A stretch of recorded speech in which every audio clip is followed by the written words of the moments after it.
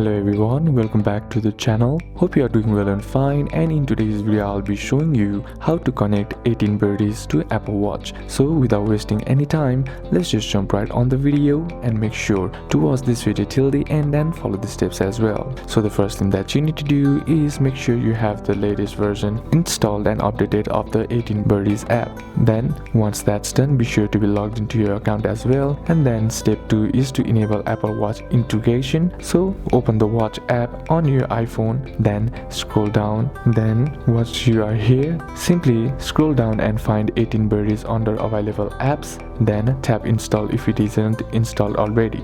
Then next step is to enable location and health permissions. Open the 18Birdies app on your iPhone and then go to the settings. Then once you are here, what you need to do is select Apple Watch, then allow necessary permissions including location services and motion and fitness tracking. And lastly, what you need to do is start a round on Apple Watch. Open the 18Birdies app on your Apple Watch and then start a round on your iPhone first, and then Apple Watch syncs with it. Once started, your Apple Watch will display yard age, hole info and score tracking.